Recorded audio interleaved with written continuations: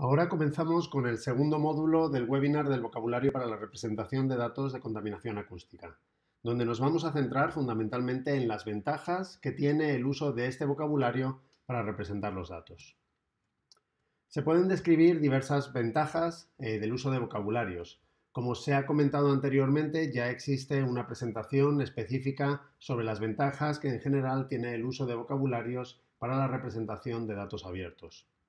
Concretamente, vamos a analizar en esta parte del webinar 6 ventajas principales que iremos viendo a continuación. En primer lugar, un vocabulario permite describir los datos de una manera más precisa. Evita ambigüedades en el uso de los datos, permite especificar qué significa cada una de las columnas, cada uno de los valores que puede contener una celda de un CSV, por ejemplo, o qué significa la ausencia de un valor en dicha celda, y además proporciona en todo momento definiciones de lo que significa cada una de las columnas de las tablas correspondientes a un conjunto de datos. En el caso de este vocabulario, la fecha de alta de una estación de medida, el nombre de una estación de medida, la validación de una medida concreta. En segundo lugar, los vocabularios permiten describir los datos de una forma más homogénea y reutilizable. Si estos modelos se consensúan con distintas administraciones públicas, lo que esto permitirá es que se publiquen o usen datos que tengan una estructura similar, facilitando la homogeneización de todos los datos. Es decir, si tenemos datos de contaminación acústica creados, organizados de acuerdo con este vocabulario de contaminación acústica y anotados de una manera homogénea, una aplicación móvil que ha sido desarrollada para una ciudad, la ciudad 1, para poder mostrar, por ejemplo, datos de contaminación acústica, podrá ser reutilizada de una manera muy sencilla por la ciudad número 2. Asimismo, los vocabularios permiten que, en cierto modo, la información vaya mejorando su calidad con el tiempo. Estos modelos consensuados nos permiten identificar, en cierto modo, qué datos nos faltan en nuestras propias fuentes de datos originales y determinar internamente dentro del ayuntamiento si se pueden encontrar. Asimismo, nos permiten identificar buenas prácticas en la representación de los datos que pueden dar lugar a mejoras en las fuentes de datos originales. La cuarta de las ventajas es el hecho de que la utilización de vocabularios permite que haya una disponibilidad y uso de una API REST que también ha sido desarrollada en el contexto del proyecto Ciudades Abiertas. Esta API REST de datos es genérica, permite su reutilización tanto en los contextos tecnológicos de los ayuntamientos como de otros organismos relacionados y de esta manera posibilita que otros organismos o reutilizadores puedan implantar de forma sencilla cualquier sistema de gestión y publicación de datos abiertos o de utilización de datos abiertos. Aquí tenemos algunos ejemplos de métodos de la API REST aplicada al vocabulario de contaminación acústica, donde tenemos opciones para obtener estaciones de medida,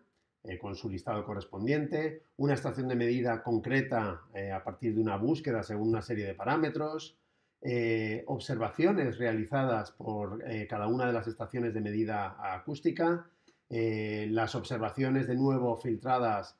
por un conjunto de parámetros y finalmente también tenemos la opción de realizar el verbo post que nos permite insertar nuevos registros. Por tanto, esta API REST podría ser utilizada también para insertar datos dentro de los sistemas del ayuntamiento.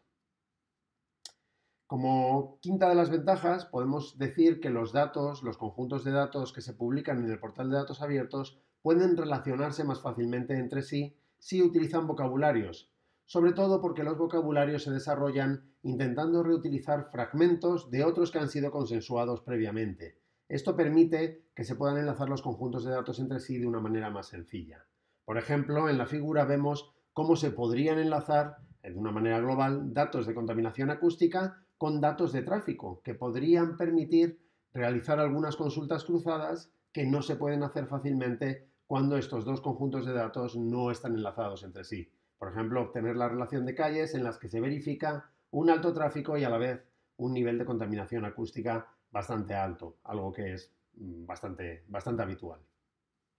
Finalmente, el uso del vocabulario nos permite crear consultas semánticas en Sparkle que pueden permitir acceder a los datos de una manera mucho más rica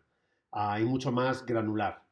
Por ejemplo, la consulta que se observa en esta transparencia nos permite determinar cuál fue el nivel de presión sonora con ponderación frecuencial A y ponderación temporal slow, términos que suelen ser utilizados por los expertos de dominio en contaminación acústica,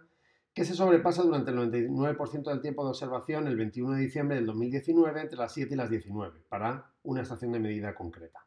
Aquí tenemos todos los elementos que son necesarios para poder hacer este tipo de consultas que generalmente podrían ser solamente realizadas en bases de datos específicas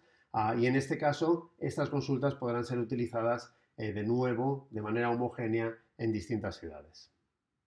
Con esto terminamos este segundo módulo del webinar sobre el vocabulario de representación de datos de contaminación acústica y a continuación tendremos el módulo en el que se describen los detalles técnicos del vocabulario.